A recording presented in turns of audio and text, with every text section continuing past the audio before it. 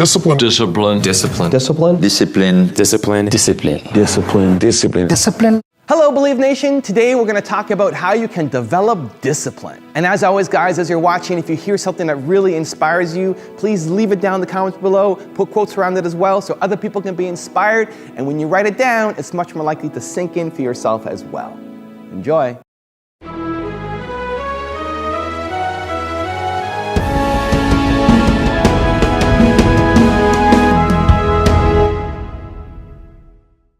So Tony, one of the critics actually that I once met said, yeah, Tony's techniques, they were great for about a year and a half and then they wore off. What do you say to that, folks? It's real simple. If you don't work out, you don't get a muscle, right? So I always tell people there's a daily practice like priming. If you don't do that, if you get up and you just have no discipline whatsoever, you get no value of anything. Your diets don't work when you don't do them. Exercise doesn't work when you don't do them. But most of the people have some experiences that they want to shift. And once you shift those things, your whole life changes. But life is constant growth. My life isn't here because I went to one seminar one time and now my life is fit for life. I work out, I train my mind, I train my body, and it becomes a lifestyle. It's not just like you're depending upon somebody else. I'm not here to become somebody's guru. I'm not here to give them a gift. I'm here for them to open up their own gifts. And that's really what my work has been. I've never met a person who was not successful that didn't have a great amount of self-discipline within their life. Self-discipline and being able to perform and being able to keep your life on schedule and being able to keep commitments and promises and meet deadlines is essential to success.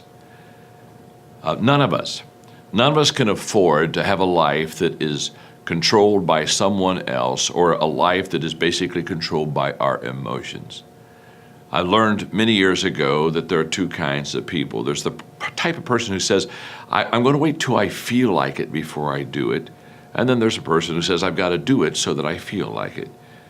One will never get anything done because they're still waiting to feel the moment to move. And the other person says, no, I need to move, and then I will begin to feel the moment. Sonia, self-discipline is essential in your life and in my life if we're going to get things done. So I have a challenge for every one of you this weekend. The challenge is simple. As you go through your weekend, and sometimes it's kind of hopefully an easier time of your week, ask yourself, am I practicing self-discipline in my life? Am I doing the things that I should do because I need to do them, or am I kind of waiting to feel the moment? Do like our friends Nike say, just do it. How different do you think your career and possibly your life would have been had you not embraced the physical fitness part early on? Oh man, it just gives me, between my physical fitness and my faith, I have so much discipline in my life. And I have such a positive outlook on life and, the opportunities that I have and the things that I've been able to accomplish in my life. So it starts out, I'm up at 4:30 in the morning. I'm in my kitchen having breakfast. 5 o'clock, I'm in the gym. 6:30, I've already had another shake. And 7:30, I'm eating a couple turkey burgers, dropping the kids off at school. And by 9 o'clock, I'm having another meal. And I've already been to church and worked out. And, I feel like there isn't anything that I can't accomplish. When I was in high school, I must have been maybe 16 or 17 years old. And I went rock climbing in El Dorado Canyon, near where I grew up in Boulder. I'd been climbing about 3 or 4 years, and I went to do a climb called T2. Now at the time, T2 was a relatively difficult climb. And I went at it with a kind of an arrogant lack of preparation. And I hadn't prepared for being able to do certain kinds of finger cracks. I'll figure it out when I get there. And I also didn't pause, and this is that thing about boldness and discipline, I didn't pause to really double check all my systems. Okay, so I'm on the 4th pitch. I'm about 400 feet above the ground. I'm going across this slanting crack system that I started to have trouble with, and my forearms started to engorge with blood and lactic acid, which means at some point, even if you're on a big hold, your hands are going to melt off. Okay. And I'm about to fall. I'm 400 feet above the ground. But it should be okay because there's protection. I'm tied into the rope. I may take a fall, but I'll get caught. For some reason, and to this day, I still don't know why, my brain triggered that I should look at my knot. and I looked down at my knot. My knot had come untied. I had made the mistake of never really thinking about the best knot for certain types of situations, and I tied him with what's a bowline. Now, the advantage of a bowline is it's easy to untie, right? The disadvantage of a bowline is it's easy to untie. It had come untied as I kept moving across, and it is just hanging in my harness. I'm seconds away from falling, only now I will die. I will die if I fall off. My forearms are melting. And the knot had come untied. And so I called down to my partner. I said, my knot came untied. What is he going to do? He can't do anything. He'll just watch me fall to my death. And there was an old fixed piton in the rock that we put there from the first descent, an old soft iron piton. And I looked at it, and I probably had 15, 20 seconds before my hands would unwrap, if that, maybe 10. I took a runner, and I clipped it into the piton. I clipped the piton into my that runner into my harness, and just went, please hold. And I let go. And it held. Okay. I put in a backup. I grabbed the knot, retied it, went to the ledge. It didn't convulse. I was very calm at that moment. When I got to the ledge, I went into convulsive shaking. I was sick to my stomach for days because of the whatever happens chemically. What I learned from that is two things. The first is that when you're in an unforgiving world, when gravity is unforgiving, it doesn't care. It never takes a day off, ever. And if you make one mistake, it can kill you if it's the wrong kind of mistake. And what I learned is that sense of, I want to do adventurous things. I want to climb rocks. I want to be in Yosemite. I want to do things that get my adrenaline going. But I need the discipline to always do all the right preparation, to always think about the right knots, to always be cross-checking my system so that I can do those bold things and stay alive in an unforgiving environment. And as you and I spoke about earlier today, I think that's the rest. I think we're all heading into an unforgiving environment where we're going to have to be both bold and disciplined. The second thing I learned, what if that piton had not been there? We might not be here together. It was just by chance that piton was right there. And what you realize when you rewind the tape of your own life is that there are these crucial moments where if the luck had gone the other way, you might have gotten killed. And so what you have to do is to always be putting those extra disciplines in place, because I was lucky to live. And what I took from that is I never want to have to be lucky to live again. I want to live because of my discipline, not because of my luck. Going on perhaps a decade of running simultaneously two global companies, how do you get the stamina to keep going and to stay fit, personally and mentally and physically? Well, somebody said with little discipline, you do little things. With a lot of discipline, you do a lot of things. And with total discipline, there is nothing which you cannot do. It requires a lot of discipline. I mean, obviously, because you're going to move from one world to the other, from one culture to the other, from two completely different companies. You have jet lags, organization. People are expecting you when you come down from a plane after 14 hours flight to be fresh and ready for them. They're not expecting a CEO to come and say, oh my God, he's jet lag, he cannot answer a question. They want you to be on the go all the time. So this requires a lot of discipline. You have to organize yourself. If you know you're going to do this job and you accept the job, you have to organize yourself in order to do it. It's tough, but there is a solution. There is a solution for it. But it requires a lot of choices, personal choices. There are a lot of things you cannot do. There are a lot of things you can do, but you're going to do them within a certain order, but particularly with a lot of discipline. In 2009, when the mixtape, and there was a period where I think around that time you were kind of like, is this something that's going to work for me or not? What is it that got you through? How'd you work through that? Yeah, it's tough to say exactly what it was. I think it was hard work. It was discipline. It was knowing that if this doesn't work out, then I will have to get a 9-to-5. Mm-hmm. And I don't want to do that. I really don't want to do that. And it was working with Ryan and putting everything into the music. And, you know, leading up to that point, I think that you have to look at my track record. I had always wanted to get sober.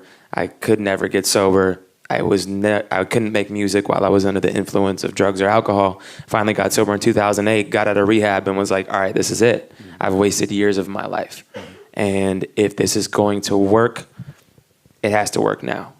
There's no alternative. And I met somebody that had the same dedication as me, that put everything into the music, everything into the craft, and didn't go out, didn't really have many friends. Just kidding. We only hang out with each other. No, it's somebody that wasn't gonna, be like, I was, up until that point, I was making music with people that were constantly putting their priorities into getting Cooler people. Right. No, not at all. Yeah. Getting loaded or chasing women or whatever, and that's what I did for a long time, and it led me to being broke and in rehab and moving back into my parents' house, which is awesome. But I wanted a career, and Ryan was somebody that had the same discipline, and sacrificed everything.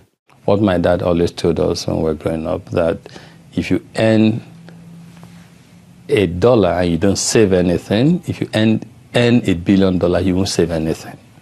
And so that discipline of investment, keeping something, don't consume everything you get, actually helped me significantly.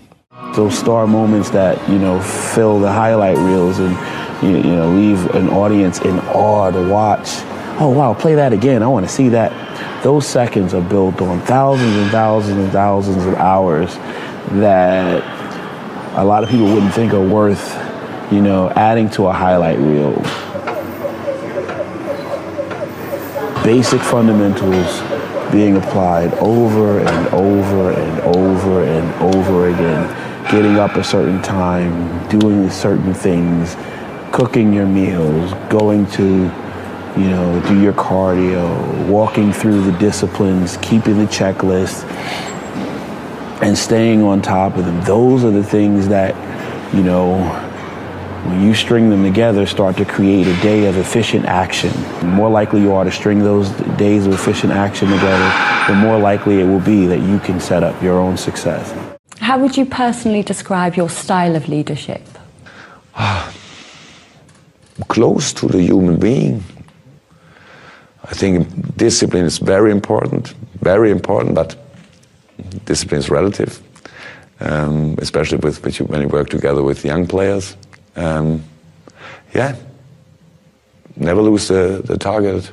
I don't know how to say it. Never lose the target, always stay focused on it. So that's pretty clear, because and always, think it's still possible. So that's not the right word in English, but for sure, belief. It's a little bit different to belief. Belief is you can believe in something, but you can lose belief quite easily. So to be stronger in the bad moments, things like this. I always wanted to win the World Cup. That was the reason I started. And as the time went by, I started enjoying cricket, and I started realizing the challenges of cricket.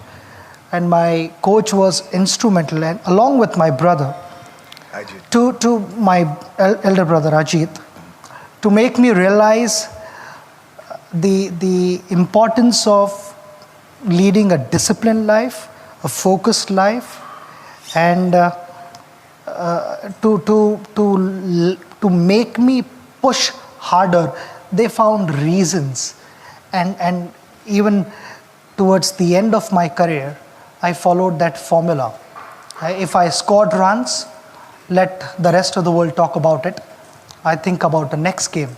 And that, right from my school days, became an unwritten formula, an unwritten law at home, that we don't talk about last game, we talk about next game. And however many runs I scored, I wanted to go out and score more than that. So if I didn't score, I would have a restless night. If I scored runs, I would still have a restless night thinking that how am I going to score more? And that's how it all happened. I mean, I normally don't discuss numbers, but this is something that I must share with all of you. Towards the end of my school cricket career, I'd already started playing first class cricket. And the last season, I can proudly say that I averaged 1,025 because I only got out once in the whole season. And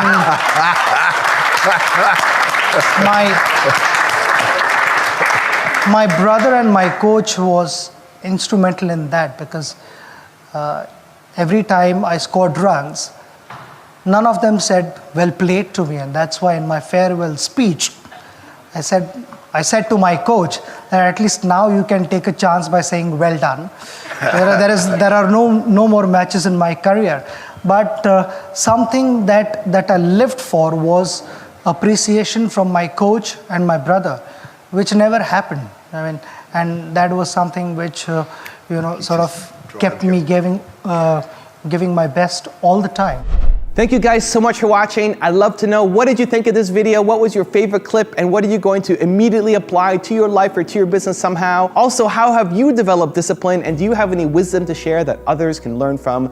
Leave it down in the comments below. I'm gonna join in the discussion. Finally, I want to give a quick shout out to Jude Gabeku. I hope I pronounced that okay. Thank you so much, Jude, for picking up a copy of my book, Your One Word. It really, really, really, really means a lot to me, and I hope you're enjoying it. So thank you guys again for watching. I believe in you. I hope you continue to believe in yourself and whatever your one word is. Much love. I'll see you soon.